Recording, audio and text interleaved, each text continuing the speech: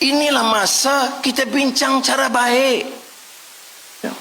Parti kerajaan, parti pembangkang yang jangan bebal tak tahu arah. Fahaman tidak ada, ilmu tidak ada, krisisnya real. Harga minyak menjual. Dikritik saya dan kerajaan. Padahal seupaya kita, ikhtiar kita, RON 95 itu di antara paling rendah di dunia.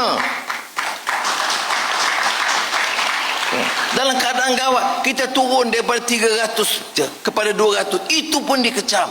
Saudara, hari ini setiap bulan subsidi kerajaan untuk budi 95 untuk diesel.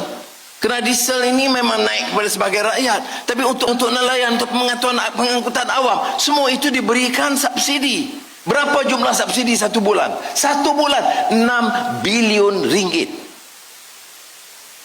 Bayangkan kalau 10 bulan 60 bilion ringgit. Dari mana? Nak cukai, orang susah, orang marah. Tak cukai, fulus maafi, wang tidak ada. Ya. Jadi inilah masa kita bincang cara baik. Ya. Parti kerajaan, parti pembangkang yang jangan bebal tak tahu arah. Fahaman tidak ada, ilmu tidak ada. Ini yang sebab saya kata anak-anak sekolah ini harus ingat, nak jadi pemimpin masyarakat, nak komen harus berdasarkan ilmu. Mengapa naik? Oh, dulu janji menang hari ini minyak turun. Betul, minyak turun tak turun. RM99. Berapa di Singapura? RM10. Itu ada minyak. Di negara-negara jiran, negara-negara ASEAN sudah ada catuan, tidak ada minyak. Di sebuah negara ASEAN 400 stesen minyak ditutup. Renungkan perkara ini. Kita ini bukan terkecuali daripada permasalahan ini. Sebab itu saya harap rakan-rakan ingat, yang mampu kita lakukan. Saya dah batalkan semua lawatan pemimpin menteri-menteri ke luar negara kerana kos pengangkutan sudah tinggi. Dan dia tanya pula, mengapa Perdana Menteri pergi ke Jakarta? Ada alasan dia, ya. Tetapi saya harap rakan-rakan boleh renung.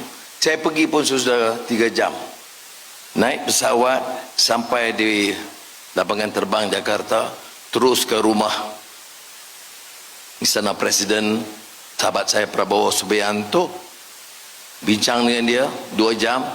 Kemudian dia naik kereta, dia hantar saya ke airport, terus balik. Saya bukan orang muda, tetapi saya lakukan ini kerana saya anggap tanggungjawab saya kepada negara.